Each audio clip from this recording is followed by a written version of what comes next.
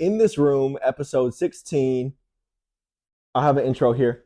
Hello, everybody. Welcome to In This Room, episode 16. 16.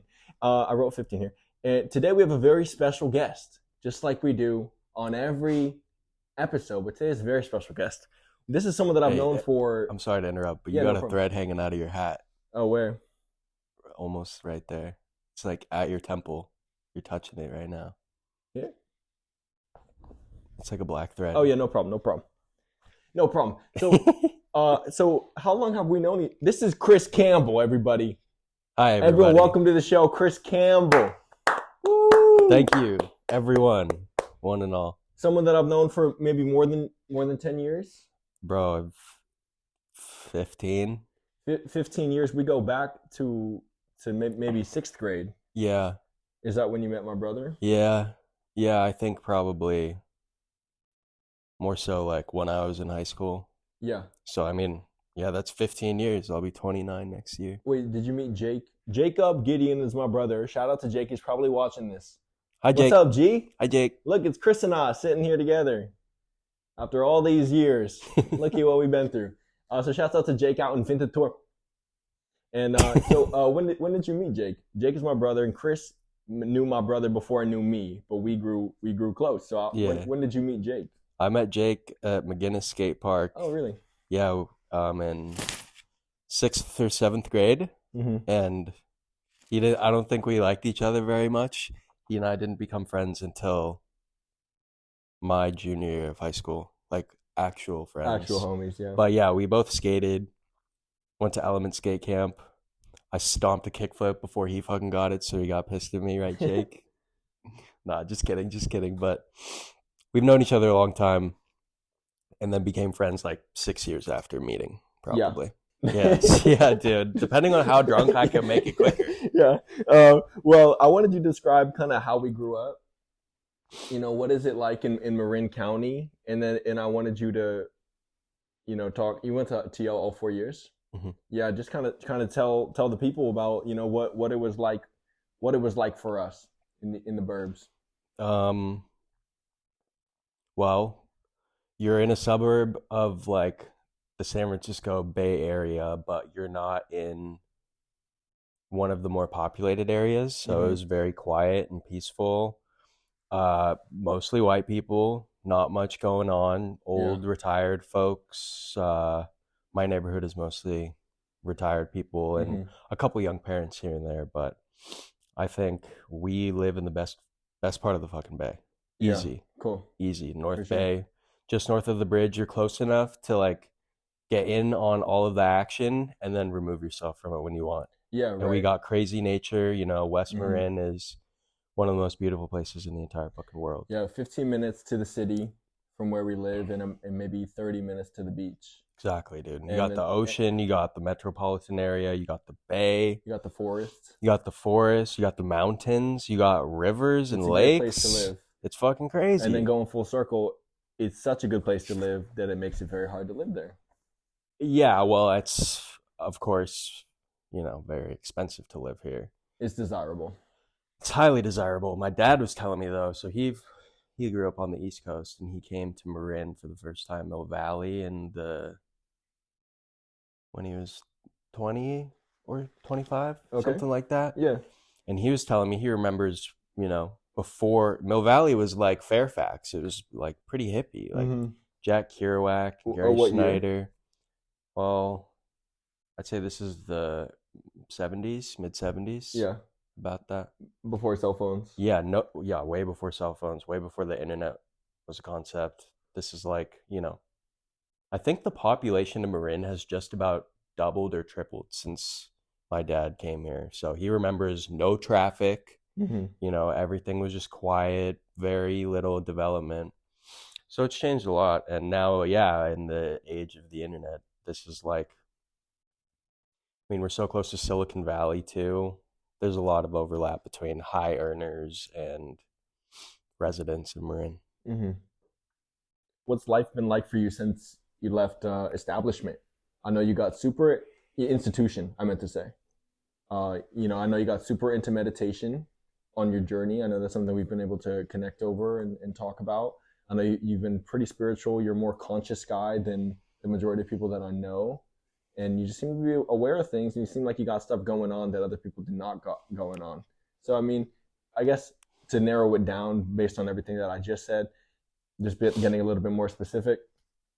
How did you get into spirituality, and why do you meditate so much? Yeah, Wait, real quick. I apologize. What's the longest you ever meditated for?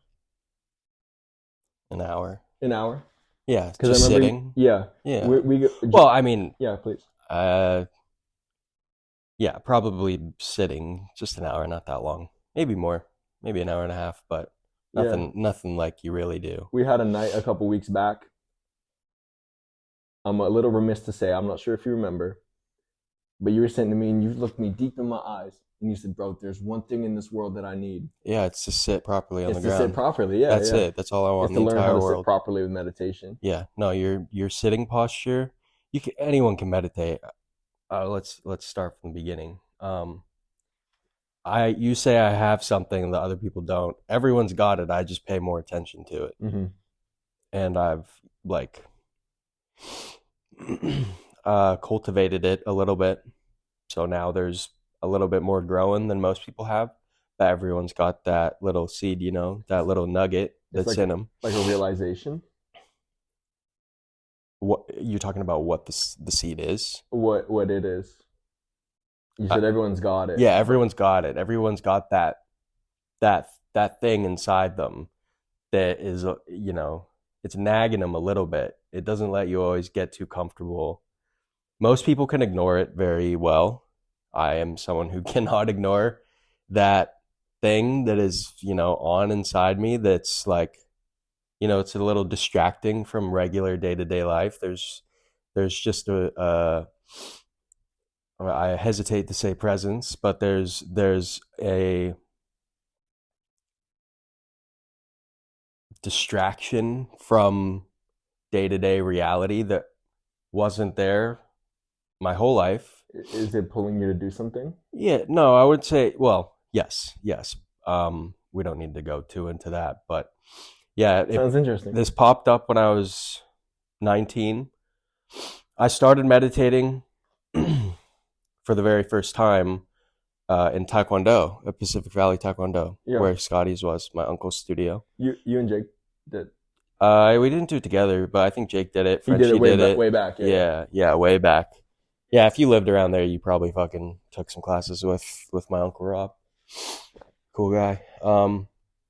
So he would have us sit at the end of class in meditation for 2 minutes, 5 minutes, Eyes closed. and he'd watch us all, and I'd open my eyes, like, that's my uncle, but when I'm in his fucking spot, that's sensei, so you respect him. He's not your family member at that point, which is a weird thing for a kid to, like. I always felt that that there's a different level of respect when you're in a place like that. That's someone who's earned their spot, and whether or not they're your family member you can be casual with, then you address them a little differently in there. So as a fucking rambunctious ass kid, I started doing Taekwondo when I was 7. I got a black belt when I was like 12, and then I stopped after that. So it's not like I'm a fucking martial arts guy. But he would have us sit at the end, and normally I'd never be able to do something like that, keep my eyes closed. But because I was a rowdy, because I had respect for him, I think I was more inclined to try it. And yeah, I don't know. It's not like I was good at it or anything, or like. But it opened the door. It planted some seed for later on. The first time I noticed that it like really worked for me, meditating, whatever it is, there's a million ways to do it. Meditation is one thing. Mostly what people are doing are attention exercises or concentration exercises rather than meditation. Meditation is dhyan. That's the English or the Indian word. Sorry, Sanskrit. I can't pronounce it very well. With a T? It's dhyan, dhyan. Mm-hmm. So that's the thing that happens when your concentration has reached a certain level where meditation can occur. it's not something that you do, it's something you set the conditions for, and it happens naturally eventually. It just takes a lot of fucking time.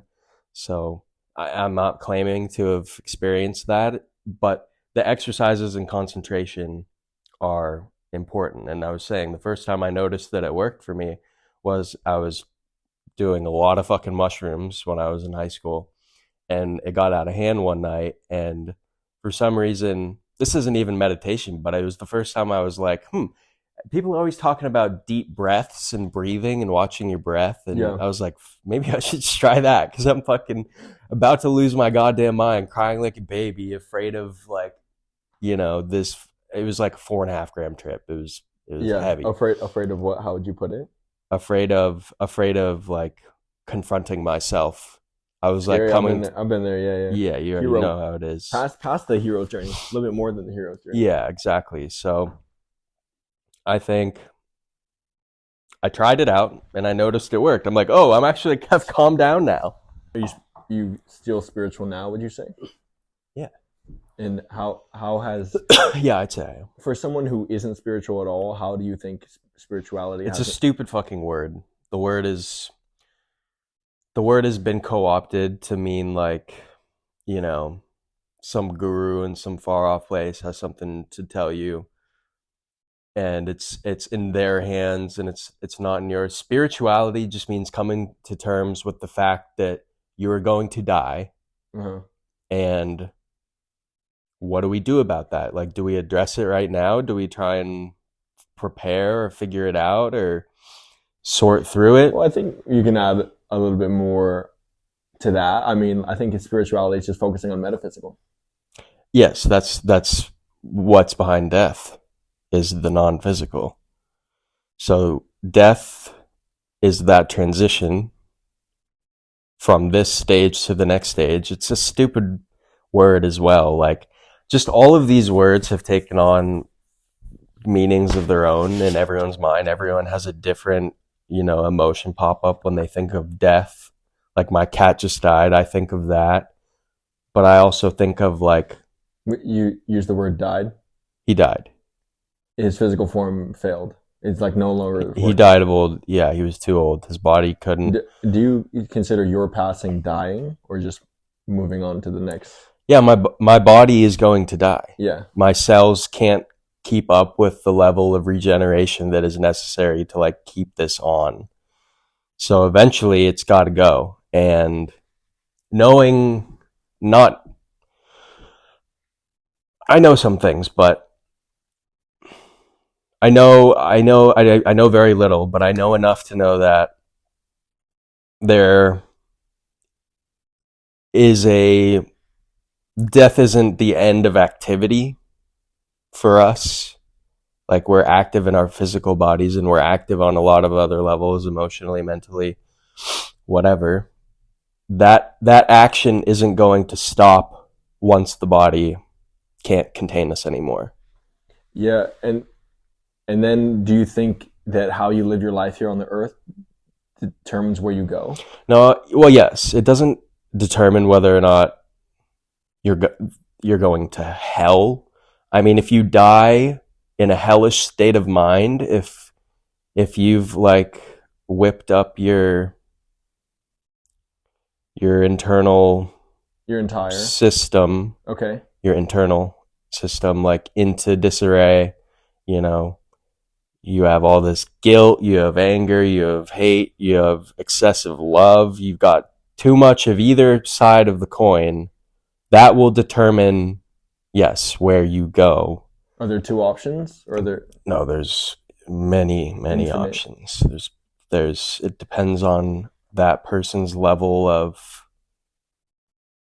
knowledge, and it depends on that person's practices that they've done throughout life. So that's kind of what yoga is, and meditation, and what Buddhist monks are doing, Christian monks. They're preparing. They want to be able to die consciously in a way that facilitates getting to the next step. Good place. The good place. Wherever I mean, if hell comes in when you're wrapped up in your own thoughts and emotions and your own psychology, everything. It's so distracting. So I think living in partnership with God here on the planet allows you to live in partnership with Him afterwards. yes, for some people, for sure. Yeah, it's so funny because obviously I'm so excited to be able to have me saying this on record because I'm a Christian. Obviously, I didn't choose to be a Christian. Christianity chose me in a way where I couldn't deny it, and it actually came in a way where it was either hell or heaven, and I had to make a decision. And if I didn't choose Jesus, even that name is so powerful. People say that name and people get scared of it. Just saying the word Jesus, Jesus Christ. Jesus fought for me and saved me when the devil at the same exact time was trying to pick my soul. And it just makes me wonder. I'm not like, go read the Sermon on the Mount by Emmett Fox, everybody. It's a great book. And in it talks about how in the Bible, it doesn't really talk about eternal suffering, but it just makes me really question what would happen to my soul if I listened to Lucifer. Because Lucifer was telling me that he was going to make me hella famous. And I just want to know if when I was in that waiting room of the hospital and Jesus is telling me that the devil is afraid of me, meanwhile, the devil's telling me that he's going to give me more money than you can freaking imagine. At the same time, what would have happened to my soul if I followed the evil one? I don't know. And it's like choosing to live separate from the Lord. You know what I mean? So I just encourage, again, I don't push anything on anyone, but I do encourage anybody in here to pray to the highest truth. Because, anyone watching, I should say, because that's where I started. Just for years and years and years, I just prayed every night for like, oh my gosh, I was like pray for like 15 minutes before I slept every single evening, just to the highest truth that it may find me. And I definitely found something, and it definitely enhanced my life, and it put me on the right path, and it gave me hope, and the Bible says that it has plans for a future for you and everyone else that agrees with it. So it was just, it's an interesting journey, and I'm glad that we're both on it. I'd rather be on it than off it for sure. Yeah. You know, because if you don't mind, why would I rather be off of spirituality? It's because the world is empty. There's no completion. I've said this before in so many in this rooms, but there's no fullness without relationship with what it is that we're talking about. Yeah. You know? Yeah, we're talking about whether you want to call it God or Jesus or whoever. It's just the source. The Spirit, capital S. The source, capital S. Mm-hmm. Yeah. It's just that one thing from which all else emanates. Yeah. I just wrote down, what is the purpose of life? That's too much, bro. Okay, we'll move on. What? Okay. I understand. There is no purpose. There truly isn't. I think I have a purpose. So yes, I do. No, I feel like I can tell you in a couple words. Okay, let's skip it. You want to go to the next question? Yeah. All right, guys. We're moving on from the hard stuff. What is your favorite color? Almost blue. You're like, fuck yeah. I could do that one. You know, you're like, that was. I'm just good. I got that one. All right. What are some like of the most profound or memorable spiritual experiences you've had in your life? Right. These things can't be put into words. How do you describe them? I don't. I try not to. Metaphor. I mean, that's how most people describe them. That's all of the, like, you know, Indian scriptures and those types of things. It's metaphor and poetry, like to encouraging people to experience it for themselves. Yeah, it's talking around what they have experienced without putting, because you can't capture it with words. You have to. I can't think of a metaphor right now that describes it well, but there's one that I'm not gonna even analyze that one. Metaphor. But can I describe what I've gone through? Yes. Am I going to do it right now? No. Maybe someday you'll get that out of me. What does it feel like? I've kind of talked to you about it a little bit. What does it feel like? We won't. What does it feel like? Yeah. It's pretty fucking scary. Yeah. Scary. Yeah. Sometimes it can be. Like because, you're falling.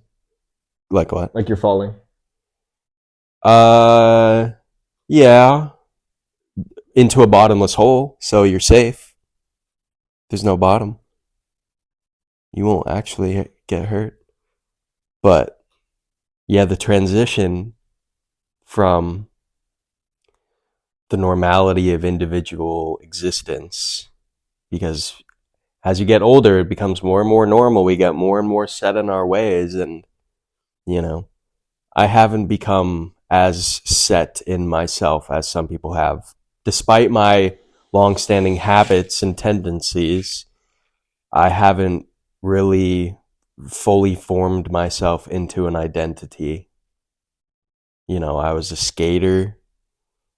Now I, like fucking techno. But even if you find But an identity, are you it? no, you're Or nothing. you're what's inside?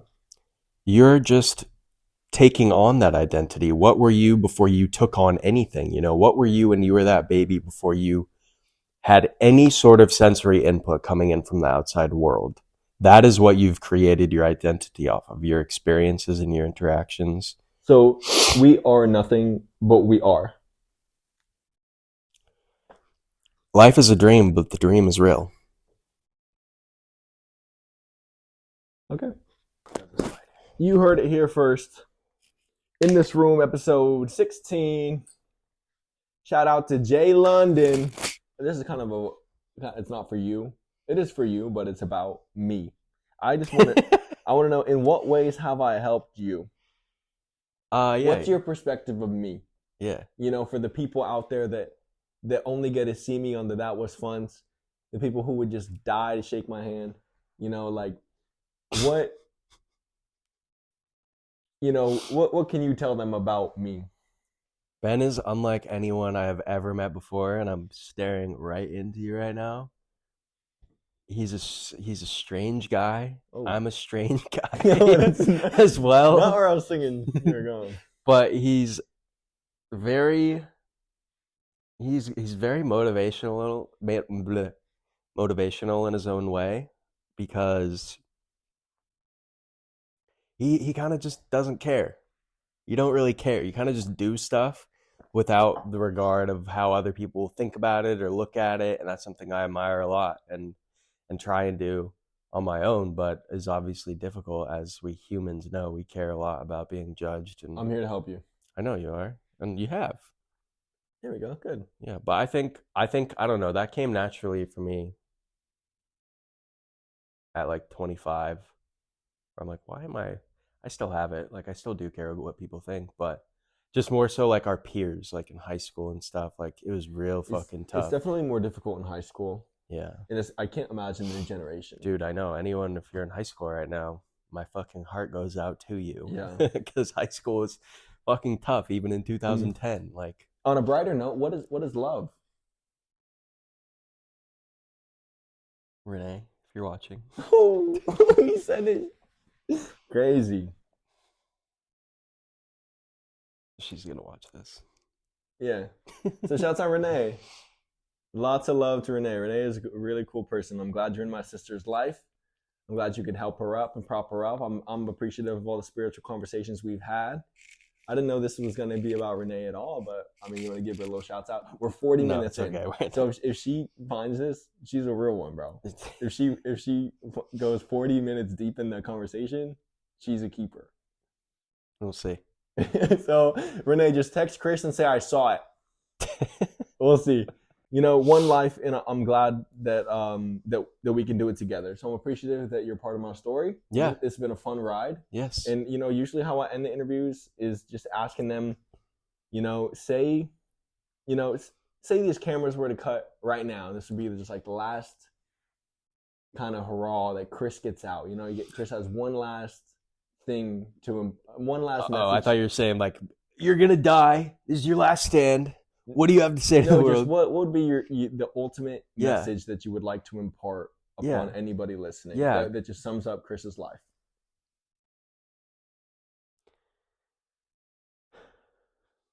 That's a difficult question. That's a good question though.